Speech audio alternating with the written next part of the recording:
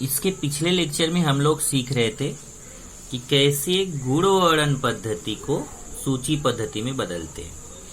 एक दो स्टूडेंट ने पूछा था कि सर यहाँ पे ए बी सी कैसे आ गया, तो मैंने उनको समझाया था, एक बार फिर से समझा देता हूँ। देखिए, गुणवर्णन पद्धति में जो समुच्चय लिखा जाएगा वही समुच्चय यहाँ सूची पद्धति में लिखा जाएगा। अब गुणवर्णन पद्धति में ए है तो सूची पद्धति में भी ए रहेगा, गुणवर्णन पद्धति में बी है तो सूची पद्धति में भी बी रहेगा, गुणवर्णन पद्धति में सी है तो सूची पद्धति में भी सी रहेगा। तो वही चीज यहाँ पे भी है। देखिए, ये उल्टा है, इसमें गुणवर्णन पद्धति था, सूची पद्धति में लिखा गया। ये पिछले लेक्चर में हमारा हो चुका है। अब हम लोग सूची पद्धति में अगर दिया है तो उसको कैसे गुणवर्णन पद्धति में लिखेंगे, ये हमें करना है। तो ध्यान से देखिए, पहला क्वेश्चन है a इक्वल टू 2, 4, 6, 8, 10, 12, 14। अब ये देखिए, ये सब सम संख्याएं हैं। कैसी संख्या है? सम संख्या क्या होती है? जो संख्या 2 से विभाजित होती है उसे सम संख्या बोलते हैं। तो ये सब संख्याएं क्या है? सम संख्याएं, सब 2 से कटती हैं। तो हमें गुणवर्णन पद्धति में कैसे लिखना है? कुछ ज्यादातर देखिए, सूची पद्धति में लिखना आसान होता है। जैसे यहाँ पे गुणवर्णन पद्धति में दिया था, हमने सूची पद्धति में बताया था, जैसे डिवीजन शब्द के अक्षरों का समुच्चय, तो आपने ये सारे अक्षर यहाँ कॉमा लगा के लिख दिए। केवल जो 2 बार अक्षर था उसको एक ही बार लिखा, मतलब एक अक्षर को केवल एक बार लिखना है। यहाँ y स्क्वायर इक्वल टू 9 था तो हमने y के मान निकाल लिए, y के 2 मान मिले, -3 और +3, उसको कॉमा लगा के लिख दिया। यहाँ 5 के पहाड़े की संख्या लिखनी थी, 5 की गुणक संख्या मतलब 5 के पहाड़े की संख्या लिखनी थी, पर वो 30 से छोटी थी, हमने 5 का पहाड़ा लिखा 30 से कम तक मतलब 25 तक। तो गुणवर्णन पद्धति को सूची पद्धति में लिखना थोड़ा आसान है, लेकिन जो सूची पद्धति है उसको गुणवर्णन पद्धति में लिखना थोड़ा सा कठिन है। जैसे देखिए, यहाँ 2, 4, 6, 8, 10, 12, 14 सम संख्या। तो पहले आप एक फिक्सिंग कर लीजिए, कुछ चीजें ऐसी गुणवर्णन पद्धति में जो फिक्स है। जैसे एक पहला तो ये है कि आपको हमेशा धन कोष्ठक में लिखना है, चाहे वो सूची पद्धति हो चाहे गुणवर्णन पद्धति हो, आपको धन कोष्ठक लगाना है। तो धन कोष्ठक लगाना ना भूलें, ऐसा नॉर्मल कोष्ठक आप नहीं लगा सकते, आपको धन कोष्ठक लगाना है। दूसरा, आप जब भी लिखे ना तो यहाँ x ऐसा है कि x, ये जरूर लिख दें। अब अगर आप यहाँ x ऐसा है कि x की जगह y ऐसा है कि y, अब ये जो लाइन है ऑब्लिक है, मैंने आपको बताया था ये लाइन पिछले लेक्चर में, ये लाइन ऑब्लिक के जैसा बनाते हैं, पर इस लाइन को हम क्या पढ़ते हैं? ऐसा है कि, या फिर इस प्रकार है कि। इस लाइन को पढ़ते हैं ऐसा है कि या फिर इस प्रकार है कि। तो x ऐसा है कि x, ये जरूर लिखें। आप यहाँ x की जगह y यूज कर सकते हैं, a यूज कर सकते हैं, b यूज कर सकते हैं, पर दोनों जगह सेम अक्षर होना चाहिए। ये आपको लिखना ही है शुरुआत में। ये देखिए, सब में लिखा हुआ, देखिए यहाँ पे भी लिखा है, यहाँ पे भी लिखा है, यहाँ पे भी लिखा है, यहाँ y लिखा है, यहाँ फिर x, यहाँ x। तो ये सब में धन कोष्ठक बनाना है, ये लिखना है। तो ये आपको फिक्स है, 2 चीज फिक्स कर लो। अब तीसरा आपको देखना है कि ऐसी क्या खास बात है इनके अंदर, वो चीज यहाँ आपको लिख देना है। क्या खास बात है? अगर आप देखें इनके अंदर क्या खास बात है, इनके अंदर ये खास बात है कि ये जितनी भी संख्याएं हैं, ये सारी संख्याएं जो है वो सम संख्याएं हैं, लेकिन केवल 14 तक ली गई है। तो 14 तक मतलब 15 से छोटी।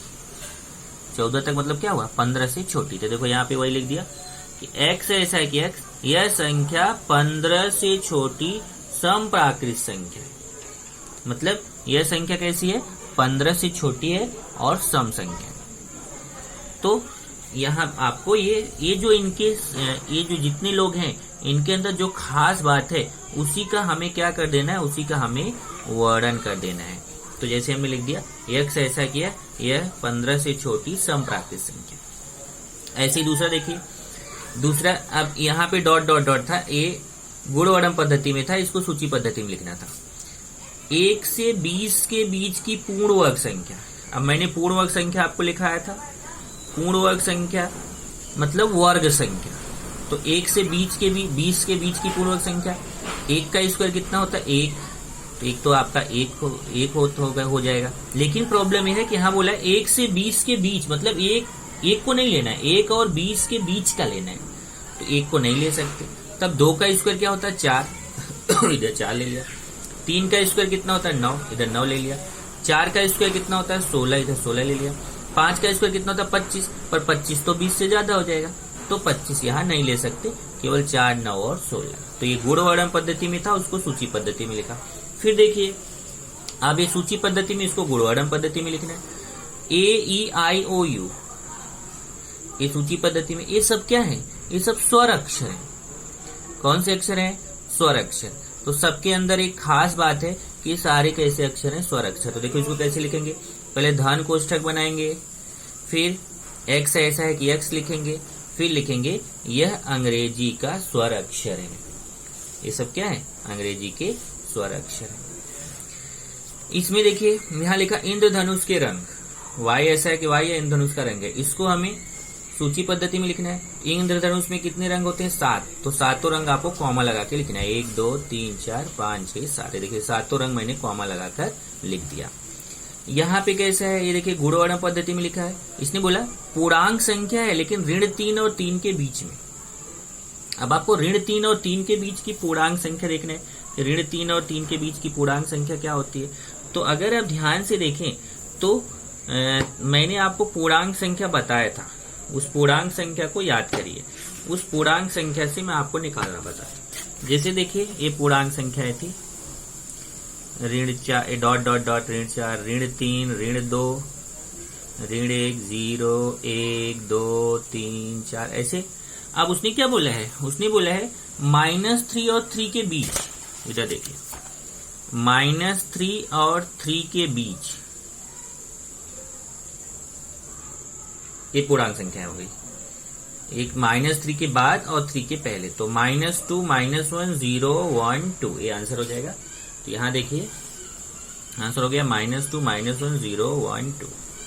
तो ये गुणवर्णन पद्धति में लिखा था, उसको हमने सूची पद्धति में लिख दिया। तो समझ में आ रहा है कि सूची पद्धति में देखो कैसे लिखते हैं, कॉमा लगा के लिखते हैं। और गुणवर्णन पद्धति में कैसे लिखते हैं?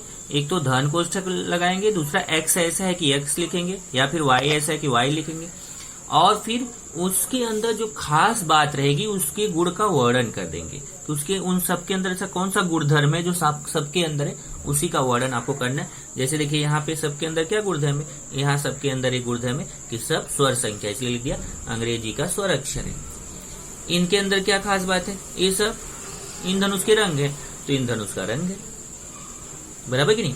अब लास्ट देखिए यहाँ पे x ऐसा है कि x यह धन पूर्णांक का घन है। अब देखिए मतलब जो संख्याएं हैं उनका घन संख्या भी मैंने आपको वहां पे लिखाया है। 1 का क्यूब, 2 का क्यूब, 3 का क्यूब। तो 1 का क्यूब कितना होता है? 1 होता है। 2 का क्यूब 8, 3 का क्यूब 27, 4 का क्यूब 64, 5 का क्यूब 125 डॉट डॉट डॉट। तो ये आपकी धन पूर्णांक। अब मैंने यहाँ डॉट, अब आप जरूरी नहीं कि आप 125 के बाद ही लगाए, आप यही 64 पे छोड़ के इसके आगे डॉट डॉट डॉट लगा सकते। तो क्यूब मतलब समझा, मैंने आपको लिखाया 1 का घन, 2 का घन। 1 का घन मतलब 1 का 3 बार गुणा, 1 गुणे 1 गुणे 1 का क्यूब 1 होता है। 2 का क्यूब 2 गुणे 2 गुणे 2 3 बार, 2 दूना 4 दूना 8 होता है। 3 का क्यूब 3 3 9 3 27 होता है। 4 का क्यूब 64 होता है। 5 का क्यूब 125 होता है। अब डॉट डॉट डॉट क्यों लगाया? क्योंकि यहाँ कुछ बताया नहीं था। इसने बोला जितने भी धन पूर्णांक संख्या है सबका घन निकालना है। तो सबका घन निकालना है तो अनंत तक जाना पड़ेगा। तो अनंत तक जब जाना है तो डॉट डॉट डॉट। इस तरीके से आपका ये सूची पद्धति हो गया, ये गुणवर्णन पद्धति हो गया। इसकी प्रैक्टिस आपको करना है।